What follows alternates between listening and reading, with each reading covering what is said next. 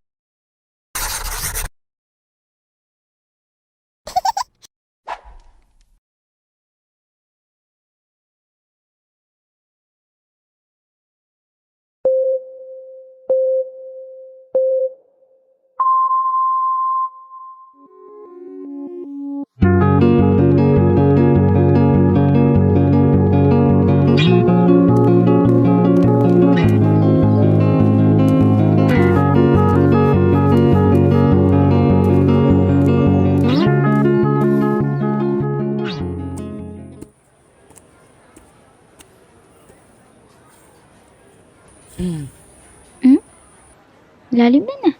Ayos ka lang ba? Uy, siniga, may kasamang chicks. Ano? Tara, lapitan natin. Kunin mo yung natira mong gatas. Tara pre, lapitan. Tara. Oh, ayan, para pumuti ka naman.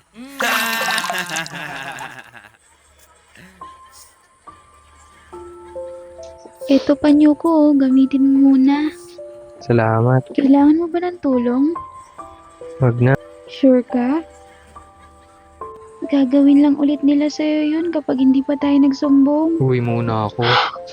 Sinira pa nila yung bag mo. Sumusobra na sila. Ay.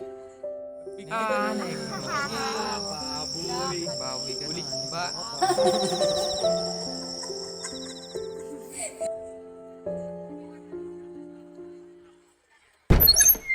Ma'am, nakita ko po na binubuli nila si Buknoy. Binabash din nila online. Si Chris, Jan at Michael po ang nagtapon ng gatas sa kanya nung isang araw. Sandali, at ipapatawag ko sila.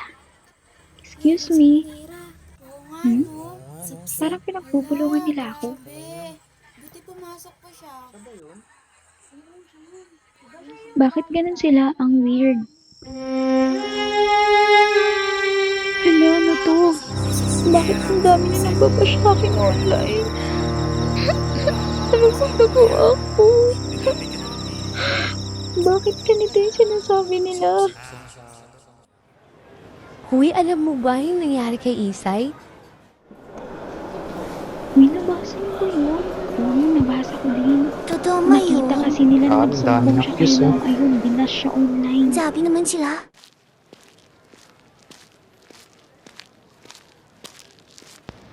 Oh, ba't ka umiiyak? Buknoy, binabash na rin nila ako online. Si Isay. Kailan kaya nila ako titigilan? Wala siyang kasama. Iyak siya, oh. Oo nga. Kawawa naman.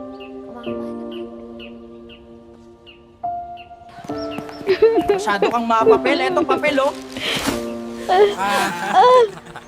Yan Tama kasi. na, please. Oh, ba't ka umiiyak? Binubuli ka rin nila, no? Kailangan mo ba ng tulong? Kayo ha? Sumusobra na kayo sa pambubuli sa mga kaklase nyo. Simula sa araw na to, magko-community service kayo bilang parusa at 1 linggo kayong maglilinis sa buong campus. Kukumpiskahin ko din ang mga cellphone nyo at ibabalik ko lang ito kapag nagpakabait kayo. Oh, kayong tatlo, ngayon ang unang araw ng inyong community service. Akin ang mga cellphone nyo. Oo, ma'am. At umpisahan nyo ng maglinis. Naintindihan? Opo, ma'am. Di na po ulit. Dito nyo ilagay yung mga napulot ng papel. Ang baho Ayoko na naman magpulot nito. dito. Nakakasawa na. Hindi ko na ulitin yung ginawa ko. Ayoko na maglinis. mo ba? Nagwawalis na ako. Ayan, huwag ka na malungkot.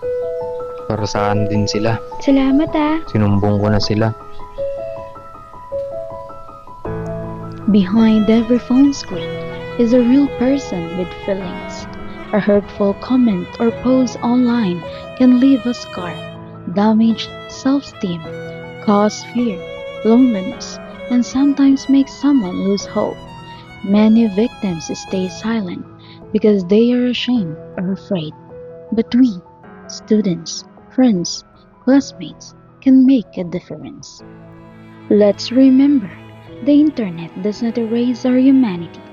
What we do online, words, posts, messages, can build people up or tear them down.